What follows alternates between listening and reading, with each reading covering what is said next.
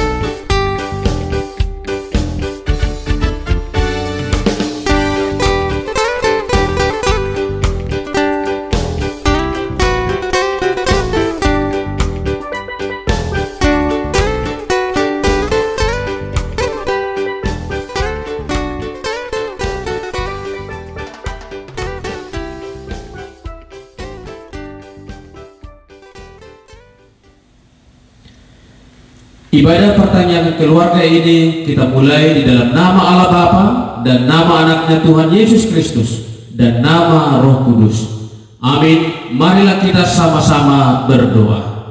Ya Yesus Kristus Tuhan kami, hadapkanlah wajah-Mu, berilah kasih karunia dan kehidupan kepada kami. Amin. Mari kita angkat pujian kita kepada Tuhan dari Kidung Jemaat nomor 344 ayat 1 dan 2. Ingat akan nama Yesus.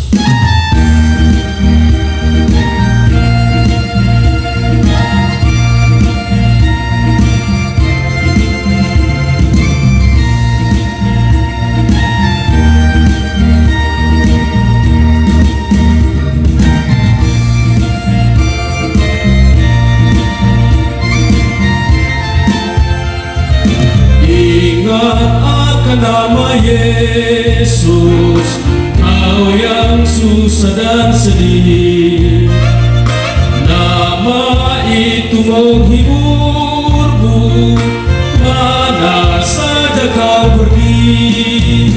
Indahlah namanya, pengharapan dunia. Indahlah namanya, suka surga yang bakal.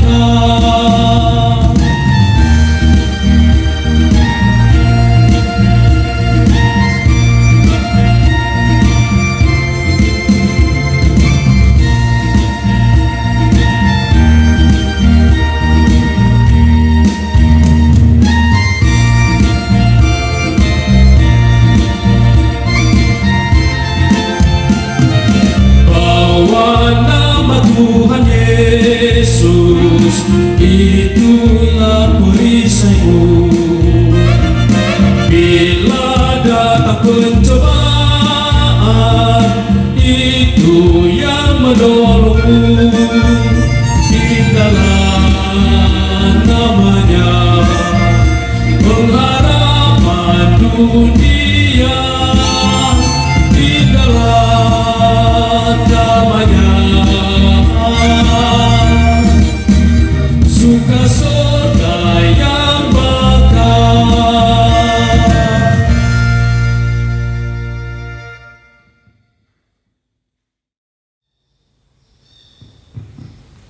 Saudara-saudara yang terkasih, kita akan mendengarkan firman Tuhan sejenak. Namun sebelum mendengarkan firman Tuhan, mari kita terlebih dahulu berdoa. Damai sejahtera Allah Bapa yang melampaui segala akal, itulah kiranya menyertai hati dan pikiranmu di dalam Kristus Yesus Tuhan Juru Selamat yang hidup. Bapa di sorga, sejenak kami akan dengar-dengarkan firman-Mu.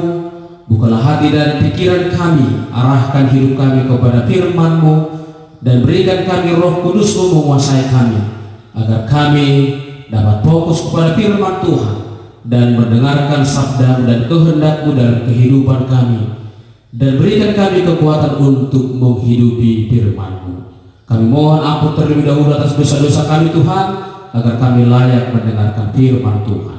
Di dalam nama Anak-Mu Tuhan Yesus Kristus kami berdoa dan bersyukur. Amin.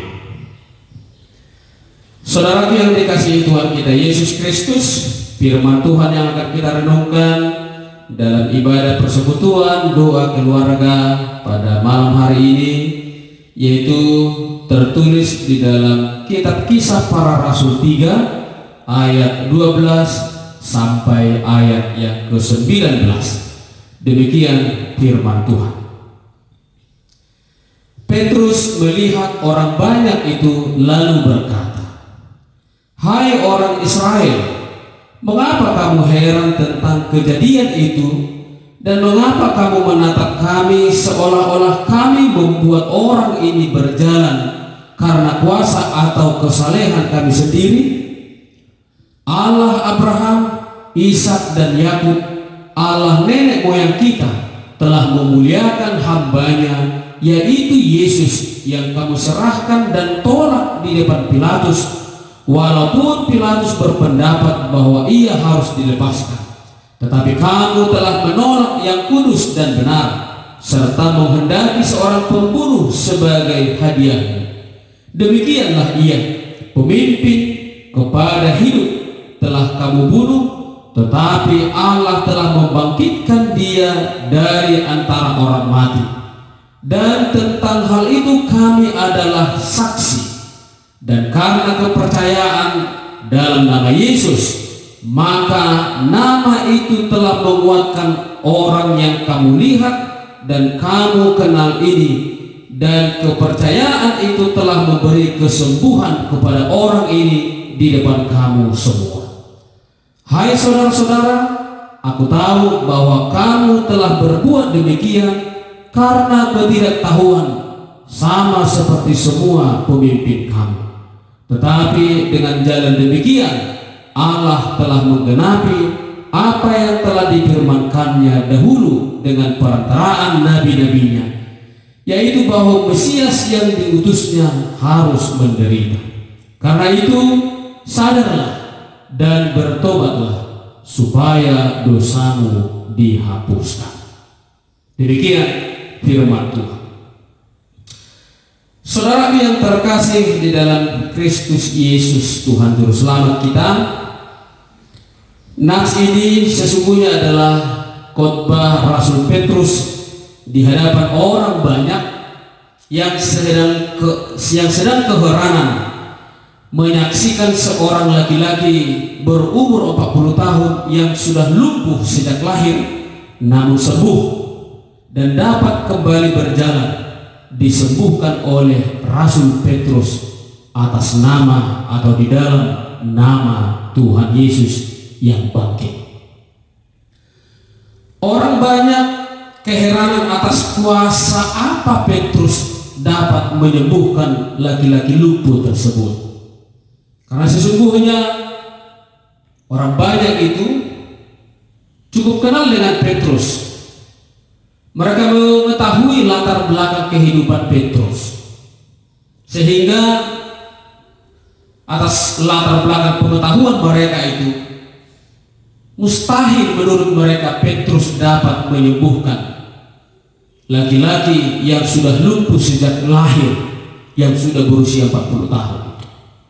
Itu sebabnya mereka keheranan, kuasa apa gerangan yang diperbuat oleh Petrus untuk menyembuhkan laki-laki yang lumpuh tersebut.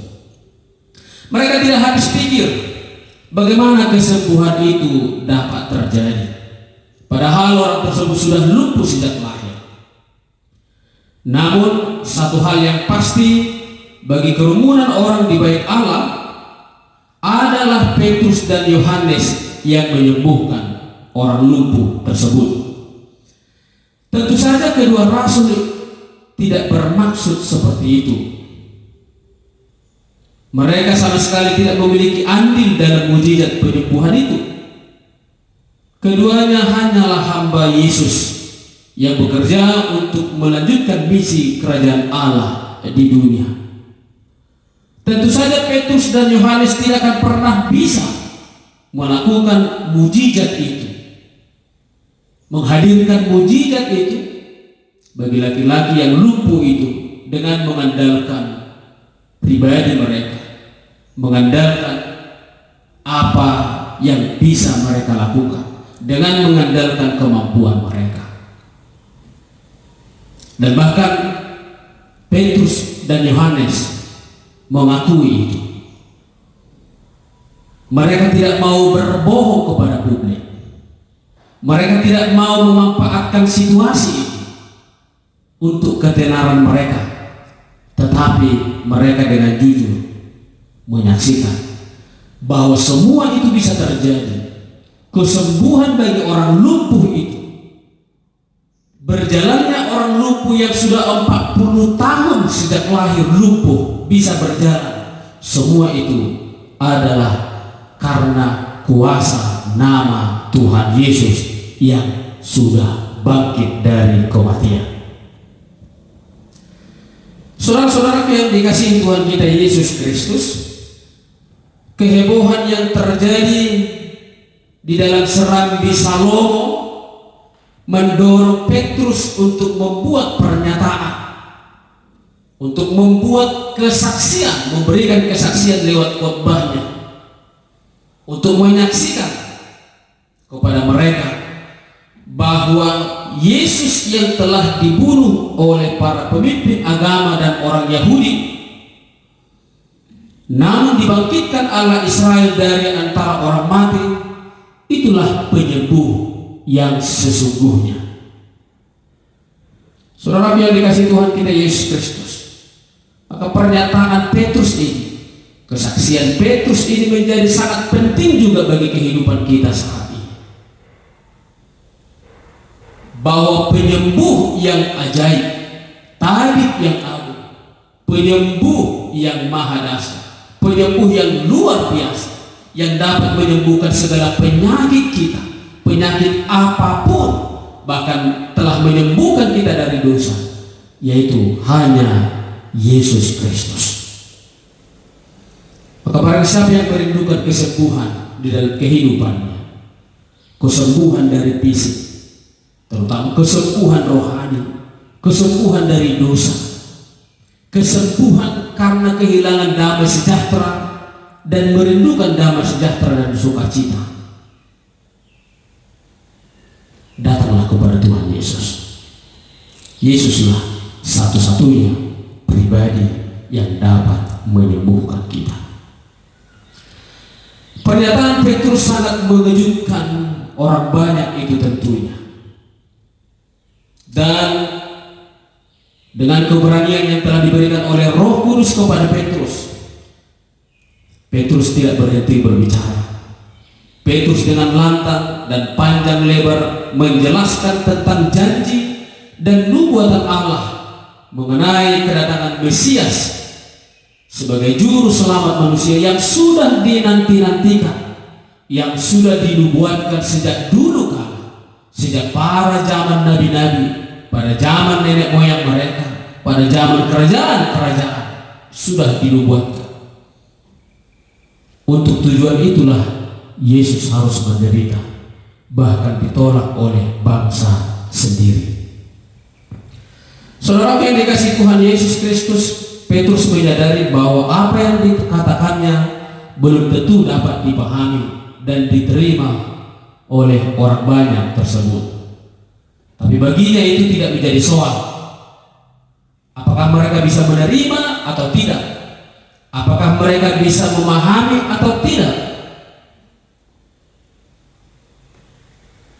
Apakah mereka dapat menerima itu atau tidak? Bagi Petrus bukanlah menjadi soal.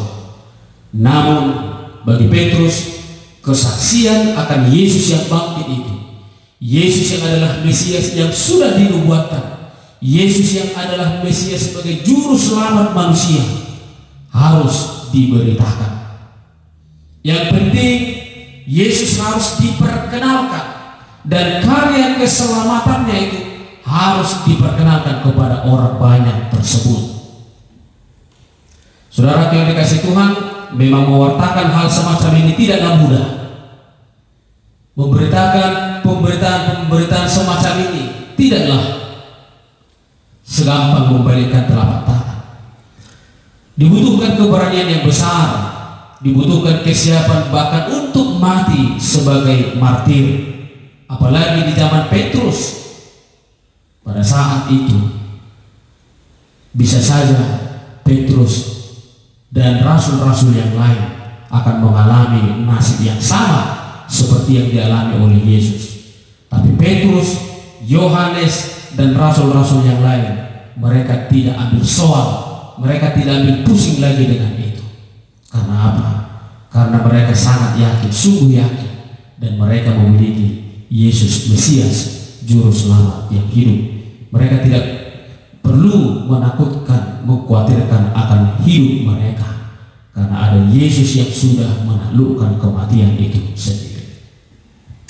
Petrus tidak peduli dengan keselamatannya, ia sepenuhnya menyerahkan hidupnya kepada Allah.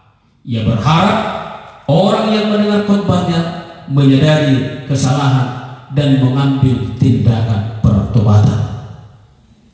Bahwa orang-orang banyak yang ada di Serambi Salomo, bagi Petrus, dia menganggap bahwa mereka tidak tahu apa yang sudah mereka perbuat. Sama seperti apa yang menjadi doa Yesus dari kayu salib itu ketika berkata dalam doanya, "Ya Bapa, ampunilah mereka sebab mereka tidak tahu apa yang mereka perbuat." Namun Petrus berharap bahwa saat ini atau saat itu orang banyak itu sadar dari ketidaktahuannya. Orang banyak itu memahami, menyadari akan ketidakmengertian mereka, bahwa sejak saat itu mereka akan mengenal Yesus yang mereka tidak kenal sepenuhnya sebelum.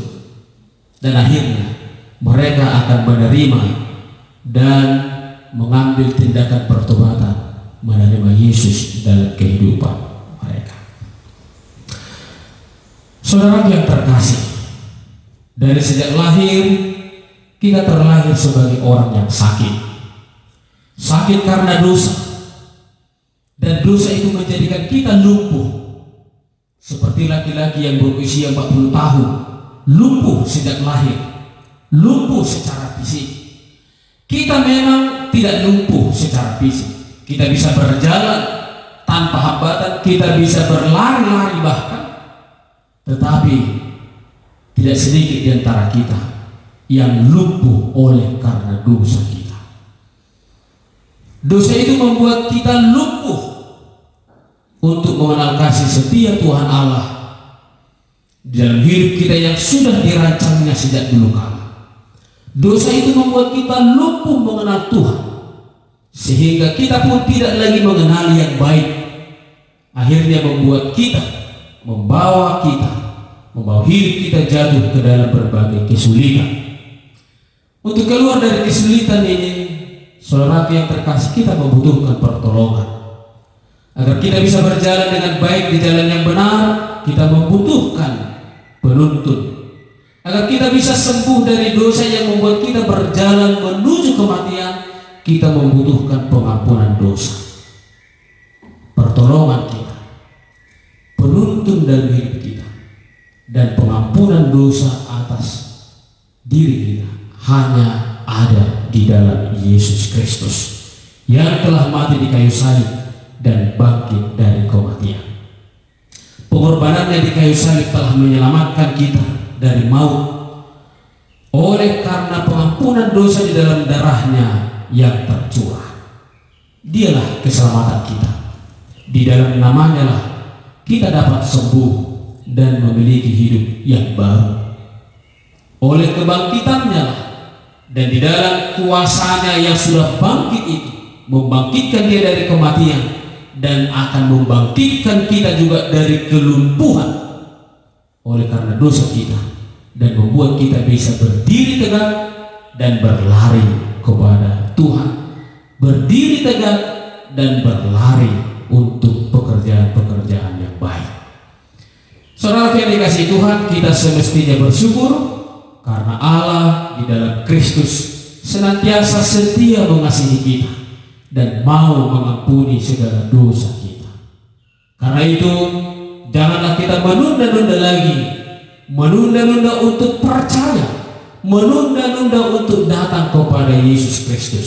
Segeralah bangkit dari kelumpuhan, bangkit dari keterpurukan, bangkit dari dosa-dosa, bangkit dari kebiasaanmu yang buruk.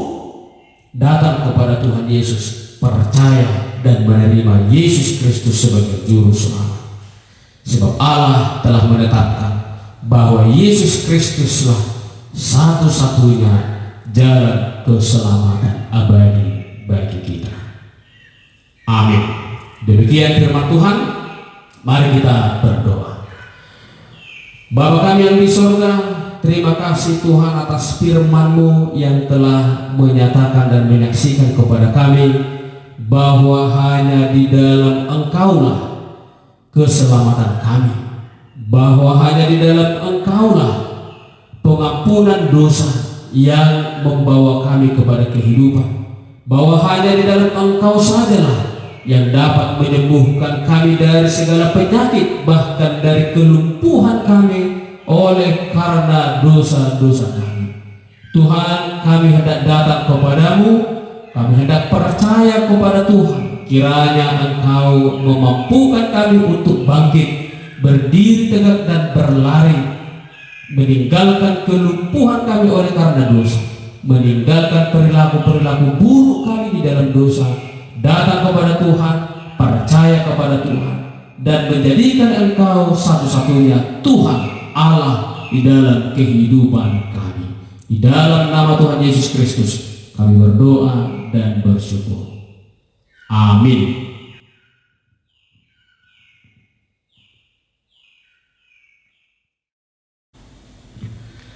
Mari kita sambut firman Tuhan dengan menaikkan pujian kepada Tuhan dari buku ND nomor 174 ayat yang keempat, Torok Dobe Nasiati.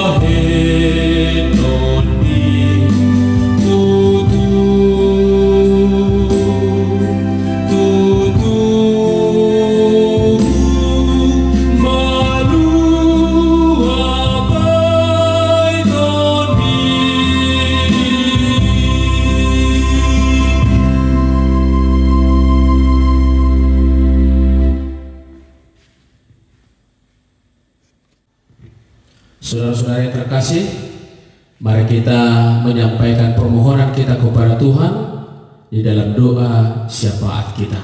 Mari kita berdoa. Bapa kami yang di surga, terima kasih Tuhan, Engkau masih berikan kami kesempatan saat ini bersama-sama dengan anggota keluarga kami untuk meluangkan waktu kami beribadah kepada Tuhan, memuji dan memuliakan nama-Mu, seraya mengucap syukur atas setiap kasih karunia yang sudah kami nikmati sepanjang hidup kami. Terpujilah Engkau Tuhan, Engkau Allah yang Maha Kuasa, Engkau Allah yang senantiasa setia akan rancangan damai sejahtera-Mu. Engkau Allah yang senantiasa mengasihi kami, dan Engkau Allah yang menjadi penyelamat bagi kami.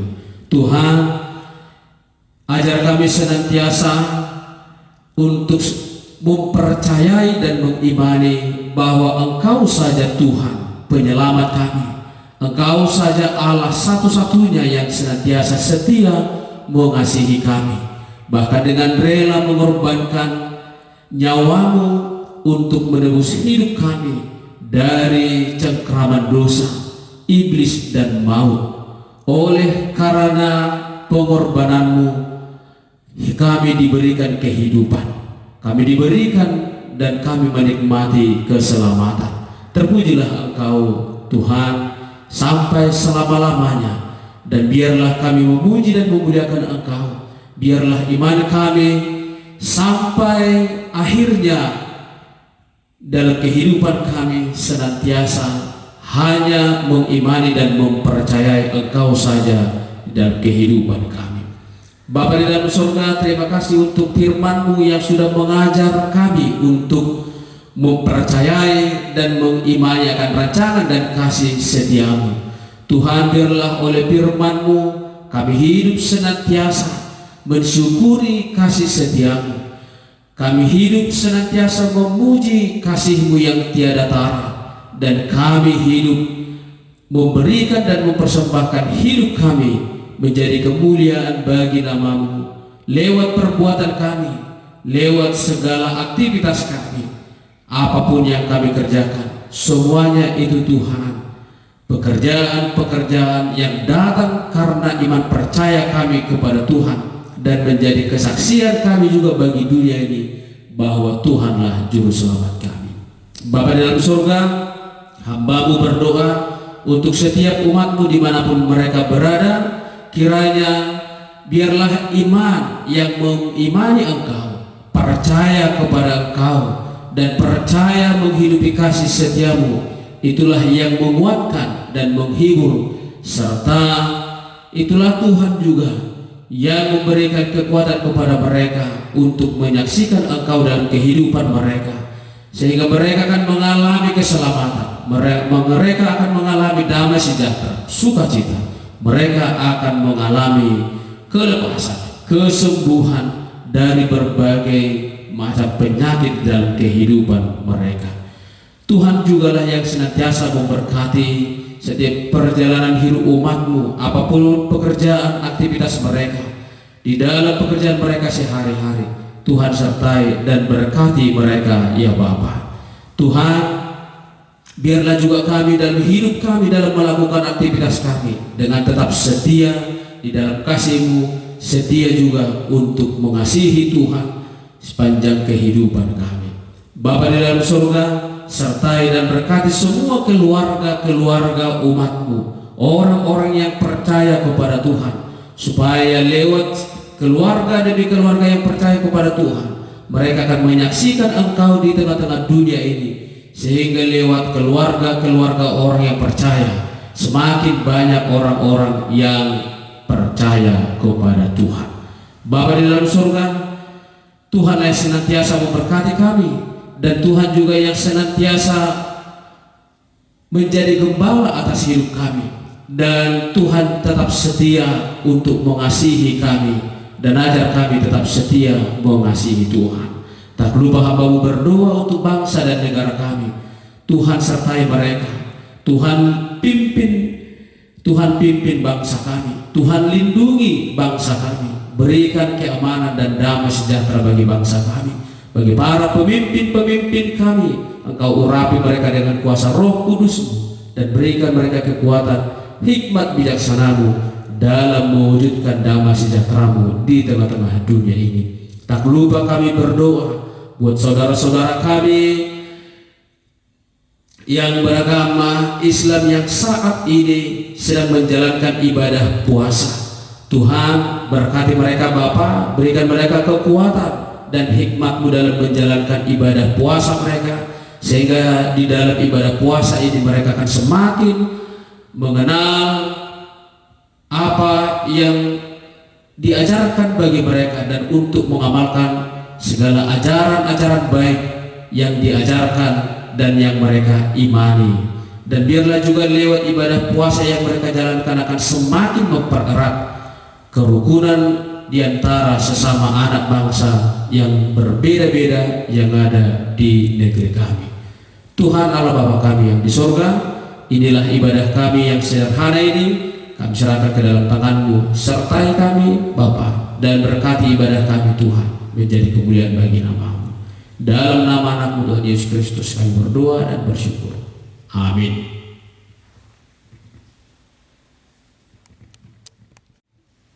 Sebelum kita mengakhiri ibadah kita akan memberikan persembahan kita kepada Tuhan. Mari kita persiapkan persembahan kita, dan persembahan yang kita kumpulkan nantinya kita serahkan ke gereja kita masing-masing pada hari Minggu.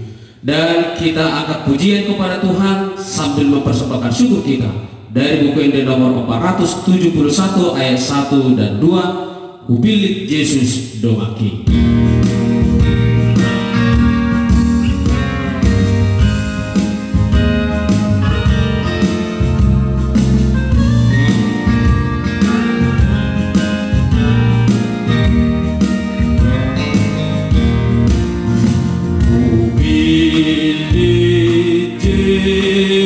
Yesus Domaki, Lawangolo imana, Nanguru petoro isi, Labakudo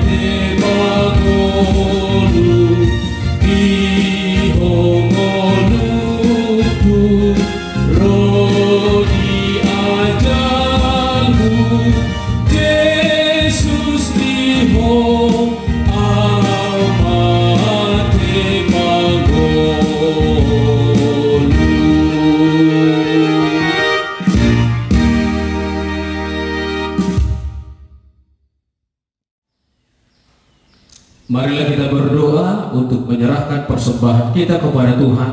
Kita berdoa. Bapa kami yang di sorga, Engkaulah sumber segala berkat dalam hidup kami. Terima kasih atas segala berkat dan karunia yang Tuhan berikan kepada kami. Kami persembahkan hidup kami dan berkat yang kami terima kepada-Mu.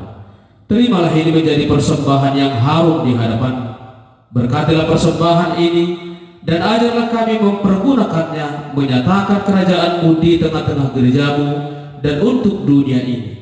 Bukalah hati dan pikiran kami agar senantiasa bersukacita untuk memberikan persembahan kudus demi kemuliaan nama-Mu.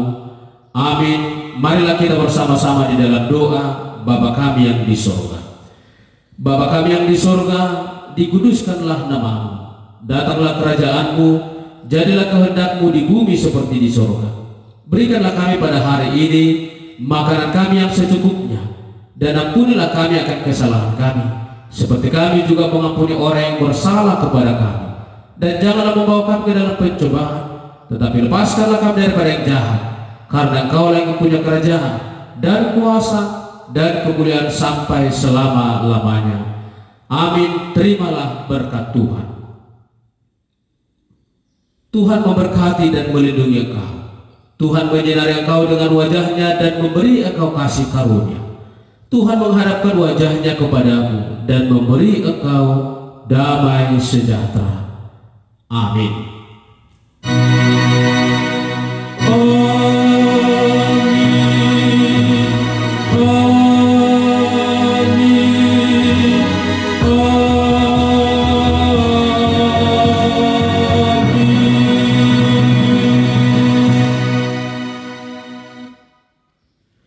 Shalom buat kita semua. Tuhan Yesus memberkati.